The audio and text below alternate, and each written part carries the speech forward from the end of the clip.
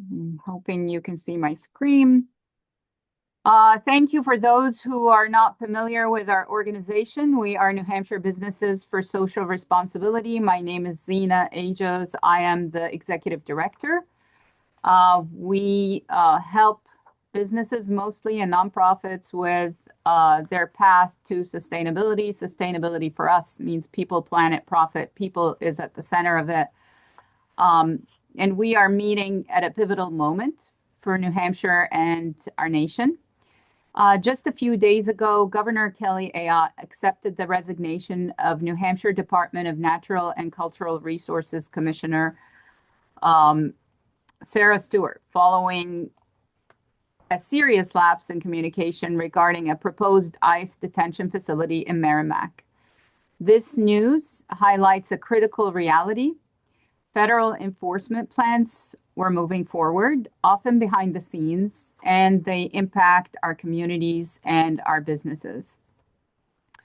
New Hampshire economy relies on our immigrant neighbors. As of 2025, immigrants make up approximately 7%, roughly 84,000 to 99,400 people of the population of New Hampshire. 8.3 to 9% of its labor force. The population is highly diverse and heavily involved in STEM manufacturing with vital roles in healthcare as well. Furthermore, cities like Manchester, Nashua, Concord, and Laconia serve as essential refugee resettlement hubs, contributing to the vibrant local economies we all share. As we've seen, a militarized presence doesn't just create anxiety, it disrupts commerce. It erodes the community trust that businesses depend on to thrive. Today, we're joined by experts from across the country that will provide you with a clear roadmap. We'll discuss what to expect during a deployment, your legal rights as employers, and how to communicate effectively with your teams and local officials. Our goal is simple: to ensure that you have clarity and tools to keep your business running and your communities resilient. I now want to turn it to Richard Eidlin, who will introduce our panel. Richard leads the National Business Response to Authoritarian Threats. When living in New Hampshire from 1994 to 2003, he served on the board of then the recently formed NHBSR. He now resides in Colorado. Good. Thank you very much, Zena. I appreciate being here, and I appreciate everyone's time today and learning about this important topic.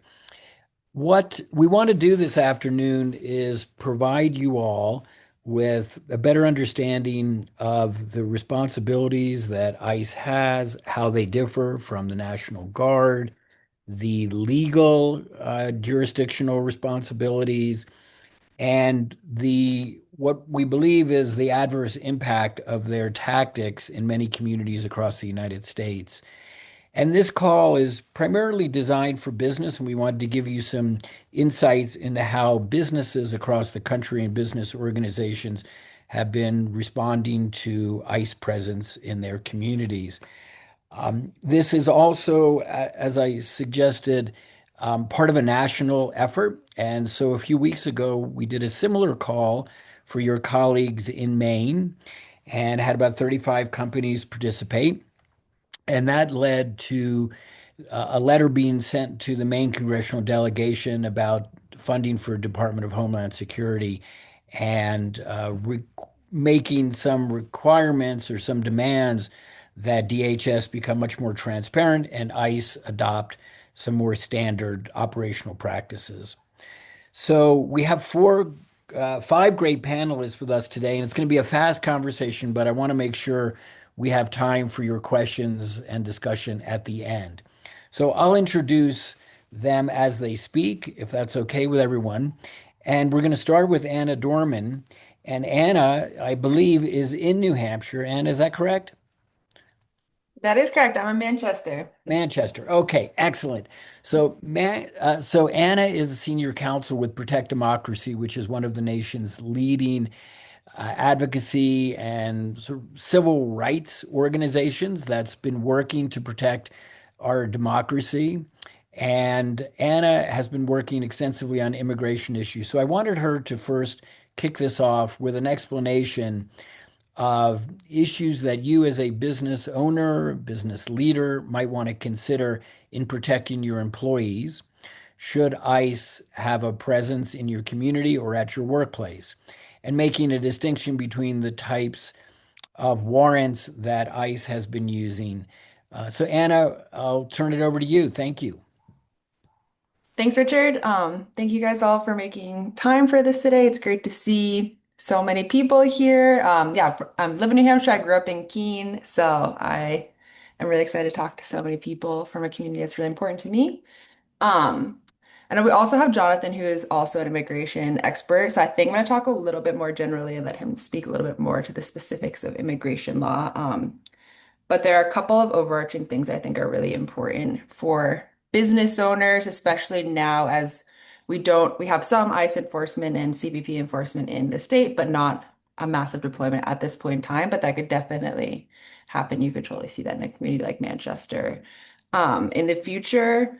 So like the first and overarching piece of advice I would have is to make very clear plans and include them in your employee training now. If you have employees, um, what are the steps if someone shows up with a warrant at your business or your place where you're working currently? If you have like people who are going out and doing work in the community or people's houses, how are they supposed to interact in those situations? Make sure you and your staff have a plan for how you want to handle those situations and have clearly assigned roles within your staff. Who is allowed to talk to law enforcement? Who is supposed to just say, I need to escalate this to whoever is higher up the chain, having a really clear plan of action for that.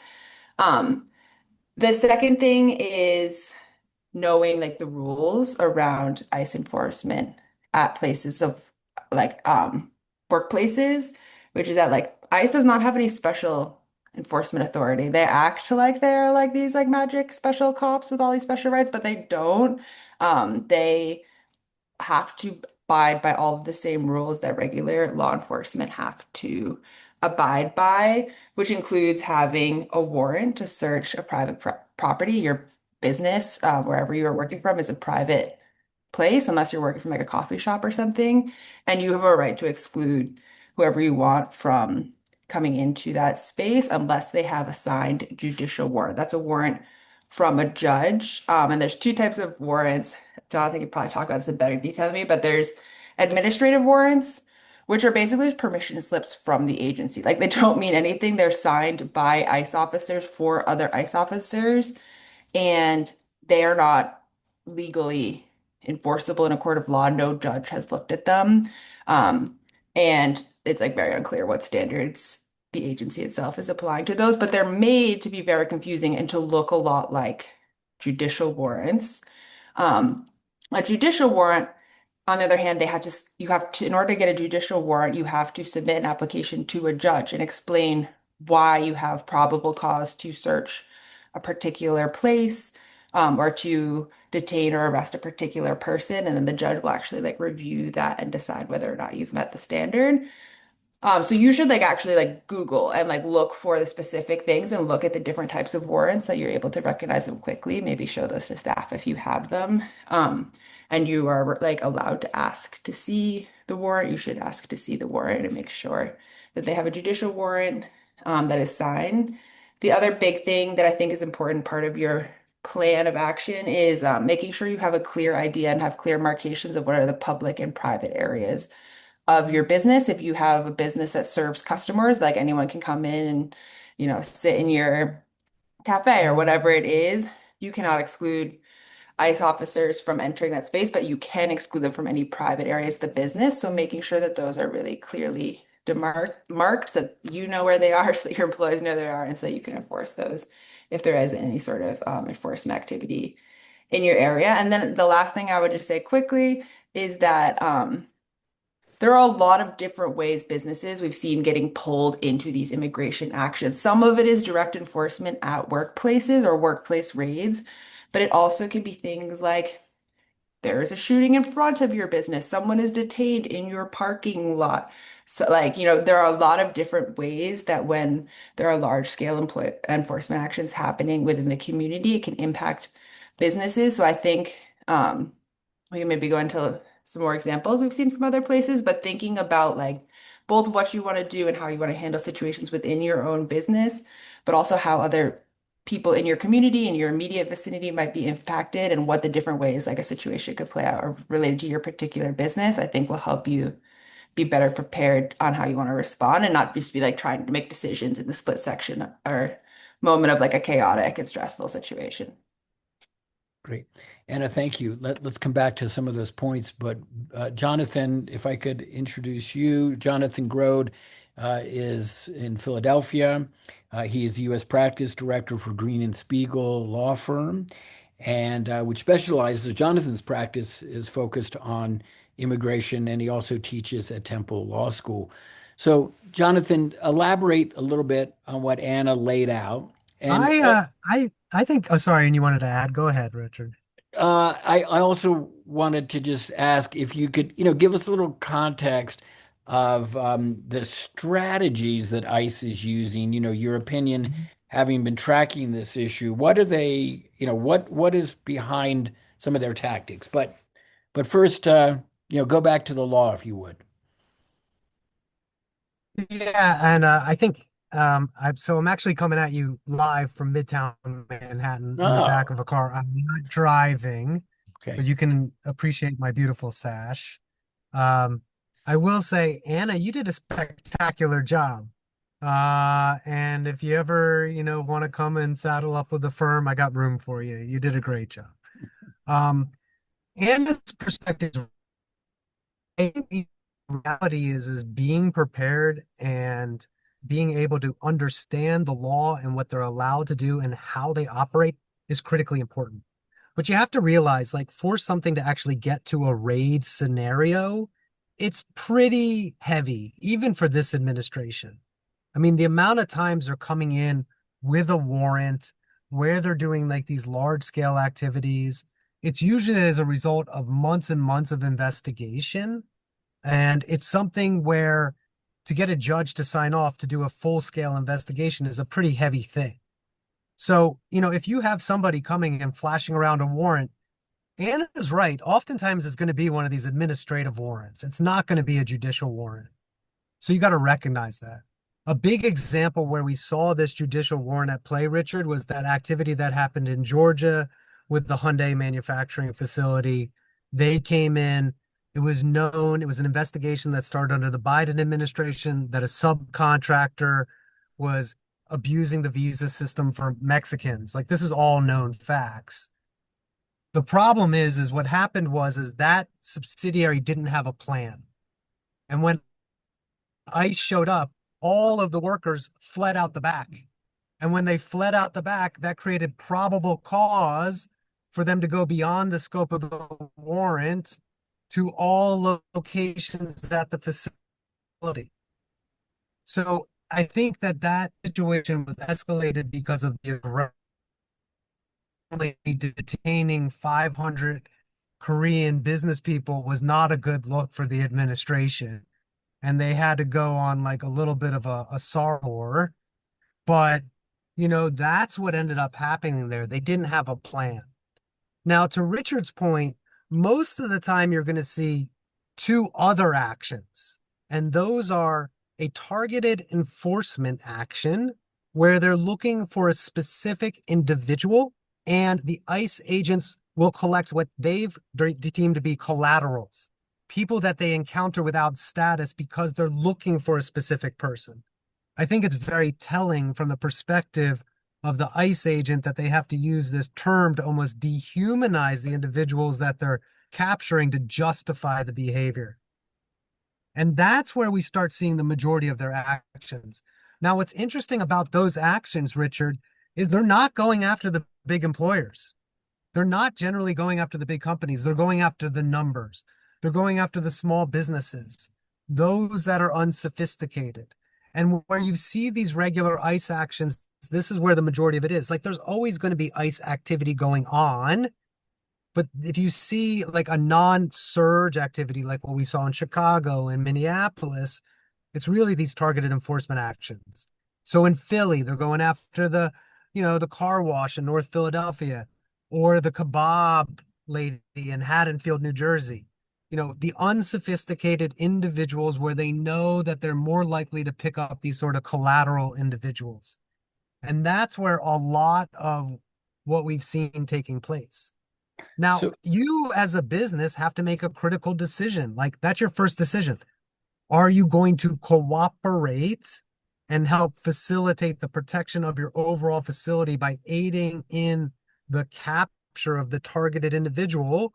Or are you going to demand that they have the warrant and the posture necessary in order to really go after that person? And there's an important distinction here, Richard, that is going to be challenged in court. But you saw like a hidden memoranda being passed around ICE that made its way through a leak to the public consciousness of them saying they don't need a warrant to go to individual homes to capture a person. Fundamentally, I believe that that is a massive violation of the Fourth Amendment, no matter how they spin it, but that doesn't stop them from doing it. And I think that that's something we have to understand about this administration. They are going to act and let the courts pull them back. They're going to push the limits and try to have public opinion pull them back. But they are trying to change behavior by policy interpretation. And to Anna's point, the more prepared you are, the more of a plan you have, the better off you're going to be. right. Dovetailing into that, and this is something you guys can do proactively, is the I-9 audits are becoming like a very substantial mechanism of the government to do investigations. And an I-9 audit is a search for paperwork violations, but it can result in tremendous fines. It can cause financial ruin for an organization. So if you want to do something in advance, in addition to planning, auditing your I-9 records is really, really recommended. And Richard, I'll kind of end with this point because you sort of alluded it to at the end of your question, which is, what are we seeing? Well, from all we can tell, the brass that was in charge of ICE and ICE activities has now been relegated to sort of like the second line. They've pushed out Nome. They've made her go to the southern border and focus in there. And now we have Holgram back in charge, which is sort of a career ICE guy. He's much more in favor of targeted enforcement actions than he is in surges towards cities. Now, that's not to say that this isn't going to change and the prerogative isn't going to change back again. But I think we are in a little bit, and, look, I could be wrong. So this is just my best educated guess. But I think we're in a little bit of a bubble right now in terms of the enforcement activity while they figure out what and how they're going to do it moving forward without upsetting public opinion, because this is not polling well. This is an opportunity for all businesses to really reflect on their protocols, to check their I-9 records, to have this training go on within their organization so they are prepared. I do think with the upcoming World Cup, with a lot of activities around the semi-quincentennial of the United States, our 250th birthday, we're going to see a quieter ICE over the summer whilst they build up their infrastructure and turn these warehouses into holding and detention facilities. While they hire more immigration judges to expedite the removal, we have sort of a, I don't want to call it like ceasefire, but that's the vibe it sort of has. There's going to be a pullback from the administration. So take this as an opportunity. Great. Good. Jonathan, thank you. And I think that also creates an opportunity for businesses to make their views clearly known to their members of Congress and governors and try to influence ICE's behavior, moving forward. Um, so let's return to some of Jonathan's points, but let me bring in Rick Estrada. Rick is from Chicago, and he is the president and CEO of Metropolitan Family Services, and also has been one of the leaders of a group that was formed last fall, I believe, in Chicago, um, United for Chicago, which was a coalition of businesses and chambers and business organizations that came together in the midst of ICE's presence and pretty disruptive practices they had in the city of Chicago. So, Rick, welcome. Thank you for joining us from the Windy City. And maybe give us a sense of how United for Chicago came together. What was the impetus for that? And what has been the impact of a coalition of businesses coming together? Sure, I'd be happy to do that, Richard. Maybe I'll begin with a little context here. So obviously, we are in the home city and the state of Obama, which is not an endearing figure for the Trump administration. And J.B. Pritzker is probably somebody he loathes just as much. So given those two characters, and then you add our mayor, Mayor Brandon Johnson, who is who's not beloved by the administration either. So it puts us right in the middle of the focus of this administration. And so you saw what happened with Operation uh, Blitz, or whatever the hell they called it, excuse my French, that began here probably as early as August, but really took the most dramatic steps in September to disrupt the community where I grew up, but also just in general business. And so we've been at the epicenter of all of this as the Chicago's most historic nonprofit, 168 years young, with the second oldest legal aid clinic in the country after New York's Legal Aid Society. We were asked by the city, state, and county to bring together all the local players to talk about emergency response, and we were responsible for helping distribute about $7 million worth of resources to first responders, legal aid organizations, not just immigrant legal aid, but non-immigrant legal aid, because they're attacking everybody's civil rights here in Chicago.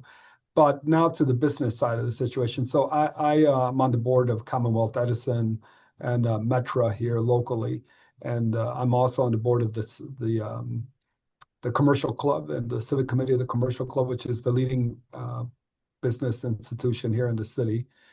And we decided, the leader of the Chicago Community Trust, who's kind of a silent partner for, I guess, reasons unbeknownst to me, but also former Secretary of Education Arnie Duncan and I came together and said, hey, we need to rally business to make a statement, say something about how it's impacting overall Chicago business, downtown Chicago business, state, and community. Because the impact on community businesses, the immigrant businesses, which, by the way, the second largest commercial grossing strip is in the Mexican community of Chicago, a place called Little Village. So after the Magnificent Mile in downtown, that's the place where we draw the most sales revenue from, commercial sales revenue. So they were devastated. Their businesses were essentially shuttered, closed, because the ICE and CVP raids were happening on a daily basis. And it's almost as if they were enjoying it, because they really weren't necessarily detaining a whole lot of people, but they were just creating havoc, rushing through the neighborhoods, bumping into people's cars, and literally crashing people's cars, and then claiming that people were crashing into them. It was just, I guess we can't believe our own eyes anymore, given all the video that we have of them literally crashing into people's cars and then blaming them. But the business community said the following, and we're talking about over 50 business, civic, and philanthropic leaders spoke with one voice at a press conference, and we've met several times since to coordinate efforts moving forward.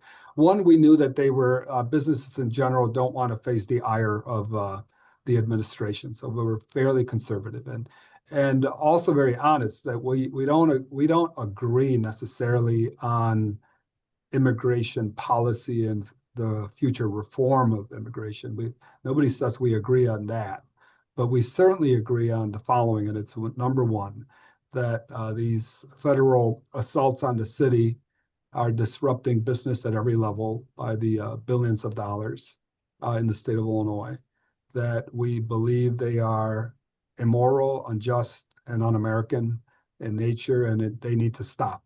We agree to that. And so we put together, again, a coalition, had a press conference.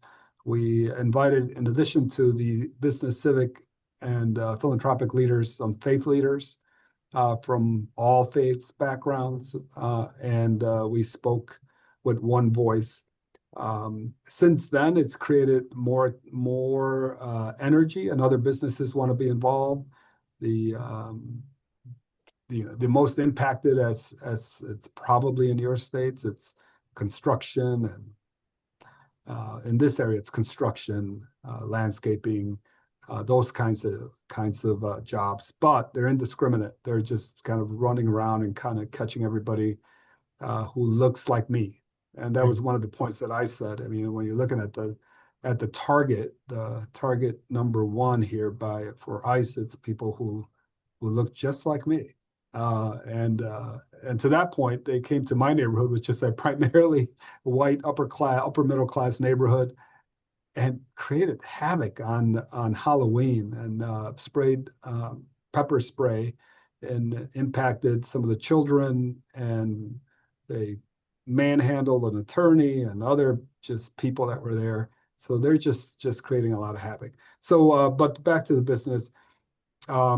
We continue to be steadfast in, hey, we don't agree on immigration policy necessarily, but we believe this is unjust, immoral, and un-American, and it needs to stop. And we are going to continue to bring efforts to support small business. So we've now invested in the hundreds of thousands of dollars into small businesses so they could continue their operations, even though they don't have a lot of clients. Clients are starting to come back. We anticipate ICE and CBP is going to return to Chicago for the primaries in March, and try to disrupt the elections here, and then stay. And when I say return, I mean return in big numbers, because they've never left. That's the other thing we should say. They have never left. Yeah. And Rick, do you think that the creation of United for Chicago and the number of businesses that have stepped up, has that influenced the administration's policy to any extent? That's a terrific question. So we know that in San Francisco and in the Silicon Valley, as I think as everybody in the country now knows, a couple of CEOs there called the administration and said, hey, this is not good for us.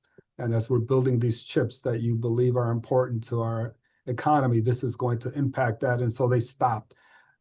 We are trying to figure out what is our leverage there. And so we've had one prominent business leader and a billionaire make an appeal directly to the administration, a Republican donor. I missed that part. Let me just go back for a second. This is meant as a nonpartisan / bipartisan effort. And so we want to make sure that we keep our Republican colleagues involved and part of this, which is one of the reasons we say we can't agree on immigration policy. So Mr. Duchossois, he's agreed to be public on that, wrote a strong letter saying this needs to stop. This is not what I supported, etc. So we don't have the Silicon Valley people, but we have people like Duchossois and others. And that is our current effort, try to get more people like him to appeal directly to the administration, because it hasn't worked. To your question, no, it hasn't really necessarily impacted. And let me ask you a follow-up question to that quickly, which is the economic impact. One of the gaps, I think, in our collective understanding is what has been the bottom line impact, to companies from ICE's tactics and their aggressive presence. And it would seem that that would be an effective argument to be making. Have you conducted any type of survey or study in the Chicago metro area to discern what the economic impact has been? Yeah, in the works. But Okay. the best numbers are coming from California. So we could send you an email on their information, because they went there first and they organized first. So ours is in the works. Right. And when we get it, we'll get it to you. Great. Good. Rick, thank you. Folks, I did put in the chat two items here. One is a statement. Well, both are statements, and I think worth looking at. One applies to the restaurant industry. And I wanted to highlight two things that Rick mentioned was how larger companies have come together in Chicago to support smaller businesses. Same thing happened in Minneapolis. So there's that opportunity for solidarity within the business community to support the particular targets, business targets of ICE. The other thing that Rick mentioned was the collaboration between the business community and the faith community, also probably organized labor and maybe other sectors of society.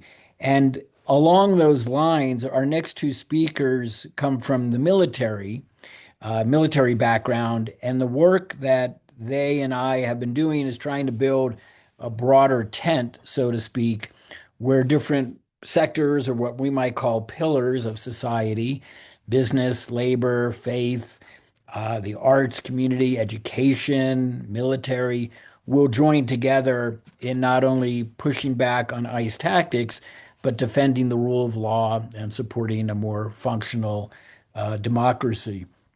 So, with that, Chris, let me introduce you. Chris Purdy is the CEO of the Chamberlain Network, which is a national organization working to engage veterans in supporting democratic institutions. And Chris is a former National Guard uh, member. And Chris has been working and talking to veterans across the country about the difference between ICE and the Guard. And Chris, I'll turn it over to you. Thanks.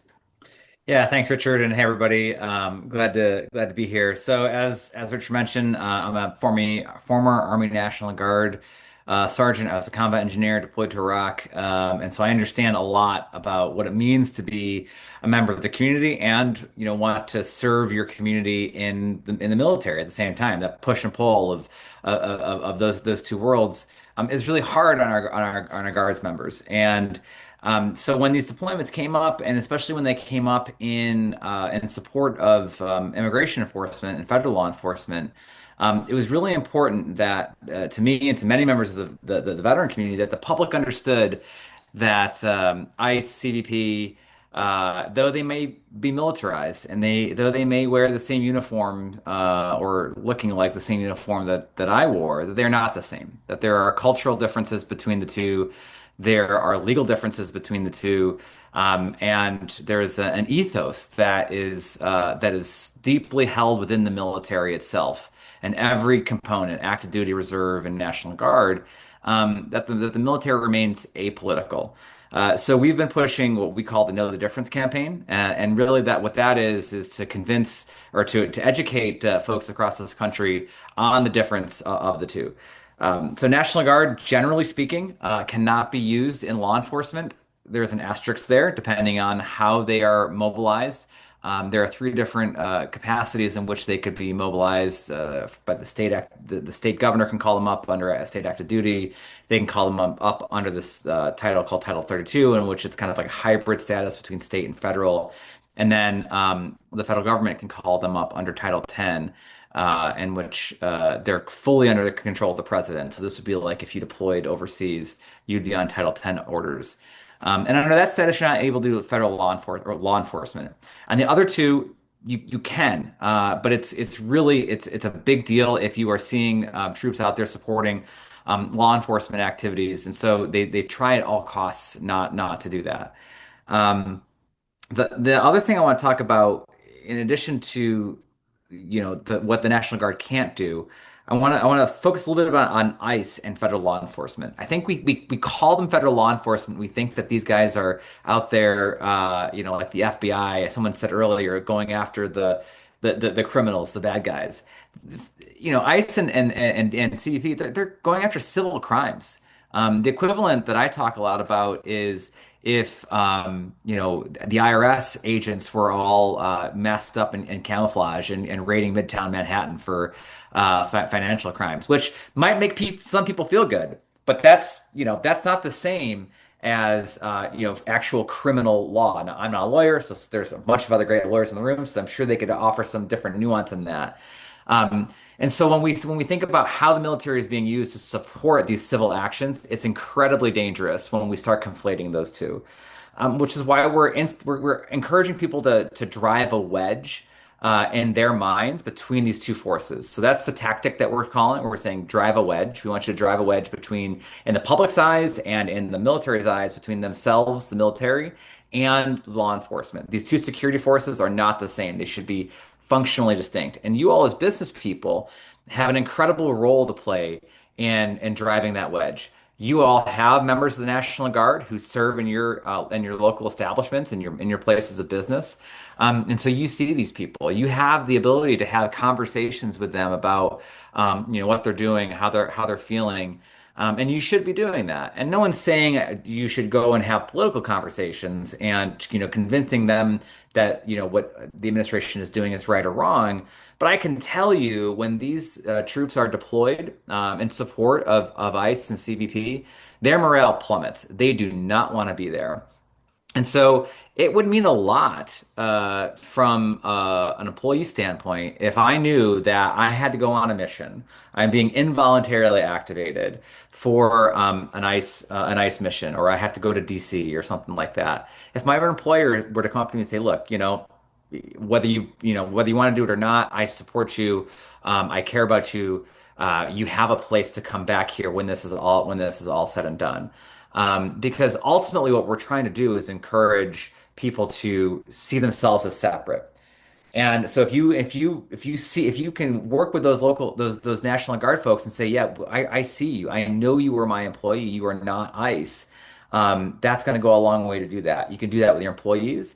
And if ICE ever does come into your establishment, or the National Guard is activated in your local town to support ICE, treating those two security forces very differently can go a long way in their minds to see the disconnect. So you can go all out, post 9/11, thank you for your service, 10% off, free coffee, whatever, for troops who are in your cities, regardless of how you may feel about that occupation of itself, and then treating ICE differently so that the National Guard can see it with their own eyes how the public responds to them as members of the military versus how the public responds to ICE and CDP and federal law enforcement. And I'll just kind of end on this one anecdote that I tell. I was in DC. I'm based in Atlanta, but I was in DC a couple in the fall, and I was walking through the Night District, and there was this West Virginia National Guards member. It was October, and I could just tell he didn't want to be there. So I struck up a conversation and I said, hey, how are you finding DC? And he just looked at me and he said, well, I just got married. So this was like a 30 something, young guy. I could tell by his uniform that he had deployed. I asked him where he deployed. He said he had been to Syria. And he had better things to be doing on a Saturday night than watching people, go out and party on U Street, and I think that's the overwhelming sentiment of the National Guard. So treating them with that in mind, that they don't want to be here, they want to be with their families. They don't need to be negatively reinforced, and offering that helping hand, however you can as a business, is going to go a long way. So, Richard, I'll pass it over to my esteemed colleague Mike to talk about what he's got going on. Great, good. Chris, thank you so much. Um, and let me just mention one larger aspect here that we should keep in mind, that Mike and Chris and and Jonathan and Anna, I think, and Rick would all agree that what is happening with ICE and the militarization of our cities is really part of a larger pattern that we're experiencing in our political economy. And we call that democratic backsliding. And, in situations where this begins to happen, and we know this from watching what occurred in Brazil or in Hungary, there tends to be a very, powerful national figure, in this case, the President of the United States, who is driving an agenda that challenges the rule of law, challenges separation of powers. So what we're seeing with ICE is really part of a larger pattern. And with that, let me introduce our final presenter, Mike Smith. Mike is a former Rear Admiral with the Navy and leads an organization called the National Security Leaders for America.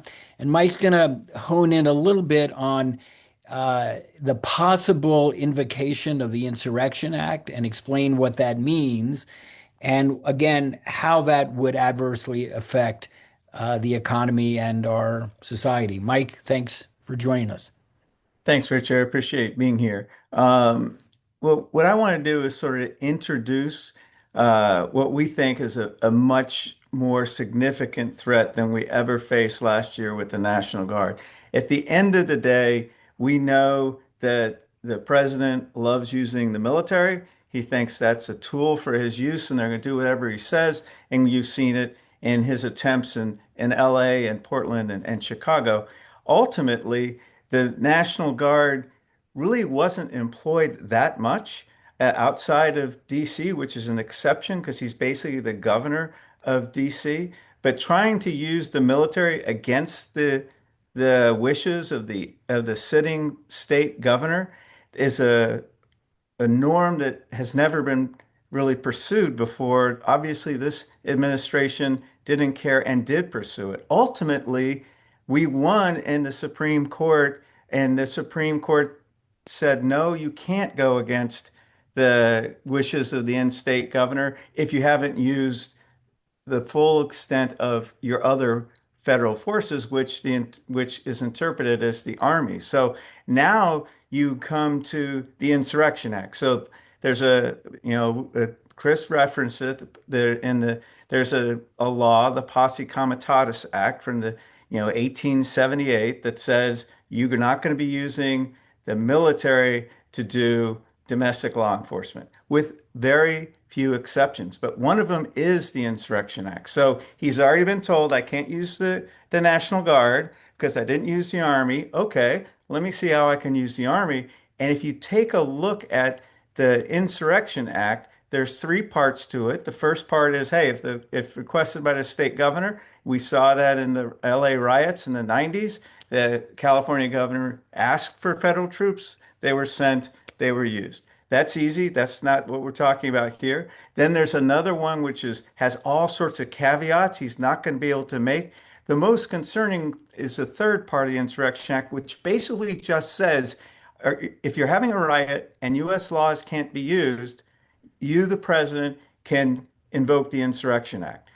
So that's a very low bar. And we think that really what happened in Minneapolis and the public opinion turning against him has delayed his invocation of that act. But when he wants to do it, we need to understand that he can do it.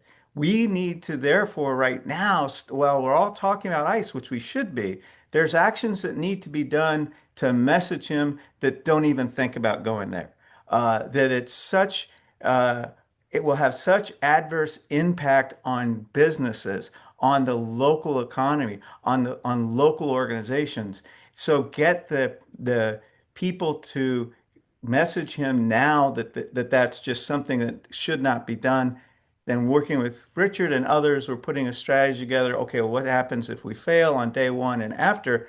But for this group, the action today is that you need to recognize that it's such a low bar that if you think what ICE is doing to your businesses is negative, wait until you have the entire 82nd Airborne or whatever marching in your streets. They will be there legally because until we can challenge it in courts. So they're not doing illegal laws, illegal orders.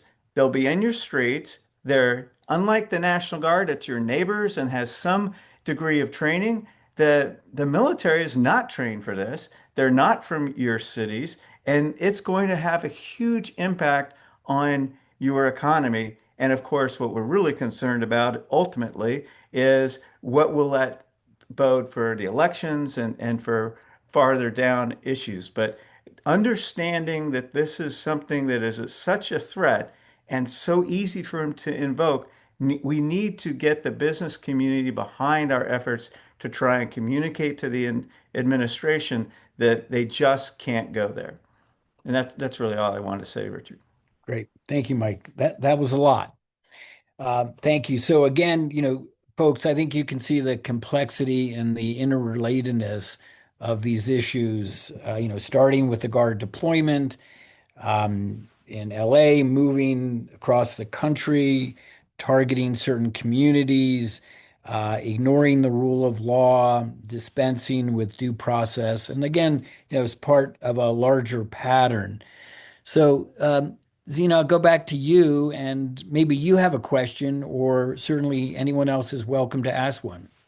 We have a question from James McKim, and I know James won't mind, but I'll keep recording for this one. How can we change the third criteria of the law that Michael just mentioned? Yeah, I was starting to type in there, but the you can't. Effectively, you can't. That's legislation. It'll never get out of the House. If it gets out of the House, it's never going to get out of the Senate. If it gets out of the Senate, he's going to veto it. So we are stuck with that law for the near term, and we just need to understand that, and therefore we have to put whatever pressure we can now so that he realizes that's would really be stupid to do it because it's really only a political decision in his case. Does the state, I don't know if this is a Jonathan question, but if the facility that they're considering to have a detention center in New Hampshire is privately owned, is there action that businesses can support to stop the use of that? Or is that then the property owner's decision? Well, ultimately, when you privatize prison activities, it's the decision of the property owner. However, we've seen it in other jurisdictions where public pressure has changed decisions to lease space to ICE. It does happen, especially if the particular owner has other business interests or other activities that might be impacted through, boycott or other negative publicity. So I think, as a lot of our speakers have indicated, speaking up, speaking your mind, saying things publicly, having trade associates come in, and ultimately business communities and communities themselves don't want any detention facility in their backyard. So oftentimes that sort of local influence can have a heavy impact as well. Right. But as far as like legal challenges, there's nothing stopping them from doing it if that's what they want to do. Anna, did you want to comment on that? Or maybe you would like to say something about other successful campaigns against companies. I'm thinking of Avelo Airlines, or anything you'd like to offer, Anna? I would say two things. I would like just reiterate that the community and local campaigns against detention facilities and other enforcement facilities have been really effective in a lot of places that would surprise you. Um, and they aren't having like thousands of people showing up to these protests. You know what I mean? 12 people who are really organized with a surge of 50 people on a big protest day or something, like is making a big difference there. Um, and they're picturing like these are like administrative workers who are going to be in these buildings, right? Like they also are thinking about the logistics of sending people into a really hostile community like that. And I think the other message that has been pretty effective for private business owners has been like, how long do you think this is really going to go on for, right? Like maybe you get a bunch of money on this contract for 3 years if you're lucky through the rest of the administration, but like we as a community are going to remember this forever. And it's going to impact your relationship with the rest of the business community and with the rest of the broader community long after that. And I think that that's been really effective in some other like rural conservative communities. Um, and then the other thing I would just say, especially if you guys are all here, like on this call, maybe like willing to do some more public activism, public calls to Congress members. Like our members have not been leading on these issues, but there's a lot that people can do behind the scenes. And I know that you guys know business owners who either just because of the specifics of their business don't feel like they can speak out on political issues or for whatever reason don't want to be public. I would just like encourage you to encourage them that there's a lot that business owners in particular can do behind the scenes. Members of Congress like really do pay attention. I've been a staffer, like I've been in there, like the message you're going to give your boss at the end of the day is like, yeah, we got 15 constituent calls and 2 from business owners. And they're going to be like, what were the business owner calls? That's something that really does break through in those offices. And you don't have to be public about it. You don't have to make, a big fuss about it, but it really does make a big difference when our elected officials are hearing from local business owners. We have Yeah, a business owner question, and this business owner owns a bookstore cafe. What is the best response if someone enters the public area of your business saying that ICE is pursuing them? Someone you don't know. This is my nightmare as a bookstore cafe owner, or one of them. Yeah, so the designation between like public and private space is one that you really have to delineate within your own location. Anna talked a little bit about signage and designating areas. ICE agents are allowed to be in public spaces. You as a business owner, have a right to consider those spaces public or invited spaces. So if you think about it, like if you have a restaurant, maybe your area in front of the hostess stand is public, but where guests come to eat it might not be private, but it's an invited area. So how you designate your space can delineate it. I will say certainly if they're looking for a specific individual, they come to a public area, cooperating with them and just answering their questions, they'll move on quickly. Very rarely will they camp out unless they have suspicion. But that's where it comes into your protocol. In Philly with businesses that we work with, we have a rapid response where they can contact the firm and have an attorney present or become available quickly. But generally speaking, in that particular fact pattern, I wouldn't say acquiescing, but operating from a perspective of cooperation usually diffuses the situation more quickly than really like standing up against them. Okay. Great. Again, you have to feel comfortable with your environment and what the nature of the actual request is as well. Good. Rick, let me go back to you here because you've had some direct experience in not only putting a coalition together where you indicated not everyone agreed on public policy goals, but also that crossed geographic lines. So what advice would you offer for businesses in New Hampshire? New Hampshire is a diverse state. You have some cities, you have most of it rural, there's upstate, downstate.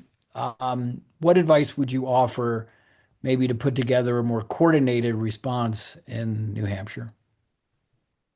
Sure, thank you. First, I'm going to go back to something Anna said early on. Have a plan for your individual businesses before we go to the kind of joint coordinated effort, but have a plan. We developed a protocol that we have since shared with all of our colleagues and peers here in the nonprofit sector, but we're a big nonprofit. We look like a small business, right? We have about 1,600 employees, 50 locations, that kind of thing. We had ICE attempt to enter 3 times, and the protocol worked. They never did enter. One new thing that is evolving is they also have been employing secret shoppers. So people that we serve everyone in the state, right? We're almost like 30% Latino, 30% Black, 30% white serve, and then the rest is the world. But they come in and they say, hey, we're interested in your bilingual programs. Do you teach English classes? And it's people that really have no interest and they just want to make some kind of claim about one or the other thing. So that's a relatively new strategy they're using. But in regards to your question, I think you just have to have the conversation. You have to start with the conversation about what you want to do as a community of business people that have your own self-interest and the interest of your region at heart, and begin with that conversation. I bet it leads to a couple of uncomfortable conversations, but mostly unity and messaging. And again, we ended up saying, hey, let's make sure we don't get into the immigration conversation. And we don't agree on that, but we do agree on this, and focus on what you agree on. Mm-hmm. Okay. Yep. Zena, I Thoughts? shared a webinar with the ACLU that provided some additional advice on and there was a lawyer as well that provided advice for New Hampshire businesses specifically. So if you're interested, that's on NHBSR's YouTube channel, and you can look into what you can do practically, like Anna shared, designating those. And I think they provided samples of like those warrants and things like that. So if you want to go to that, you can as well. Right.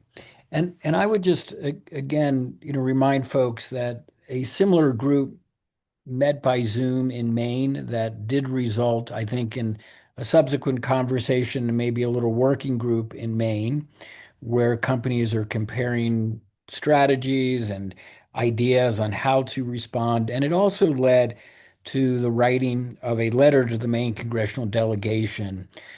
And I think 22 companies signed that letter. So those kinds of efforts, as Anna suggested, of reaching out to one's congressional representative really does make a difference. And the business community, writ large, tends to have an outsized influence in influencing the administration. Um, they are not immune to public pressure or insight from the private sector. So I think that's something to keep in mind. And last thought I had is I did put my email in the chat a little while ago, and we meet, the business response to authoritarian threats meets on a monthly basis. We have a national speaker come and address these and other issues. And then we have a number of working groups. And we do have a working group on what we call militarization of our cities, which covers many of these issues. So any of you would be welcome to participate in that. Richard, if you share Rick's joint statement, and if it's okay to share your email, I can send it with a follow-up with this recording to attendees and registrants, because I know some people could not attend and wanted the recording as well. So we'll share resources as we wrap up here. Great. Thank you. Thank you. Thank you.